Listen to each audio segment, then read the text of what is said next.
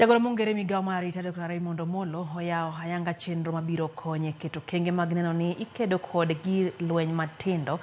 Gino mowacho ni oserocho ahinya kwe kod arita e pacho kae. Omollo kaachiel kod jolony weche mag gige lweny matindo olero ni nitie dwaro mar keto arita makare ne tong' duto ma piny Kenya kod pinje ma oko keto chike matayo kaka itiyo gi gige lweny matindo. Mathoth ne itiyo ga ataro mar chik.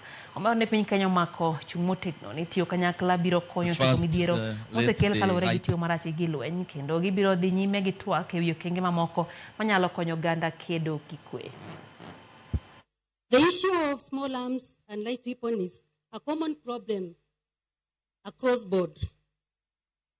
And this need for such forums to deliberate on tools and instruments as per Nairobi Protocol to address the issue.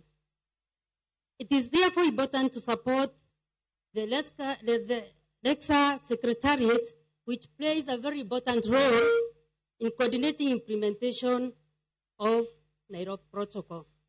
Currently, our region lags behind other parts of Africa in terms of accession and ratification.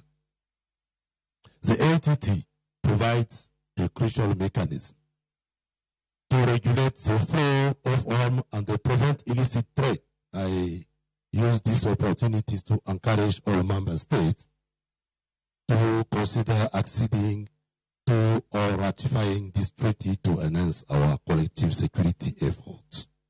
This is an opportunity for us to also craft tangible strategies that will shape the future of REXA and our efforts to manage small arms and light weapons across the region. As you consider the agenda, I want to urge you to bring forward strategies that will support the long-term objectives of REXA and provide clear, actionable recommendations to strengthen our collective mission.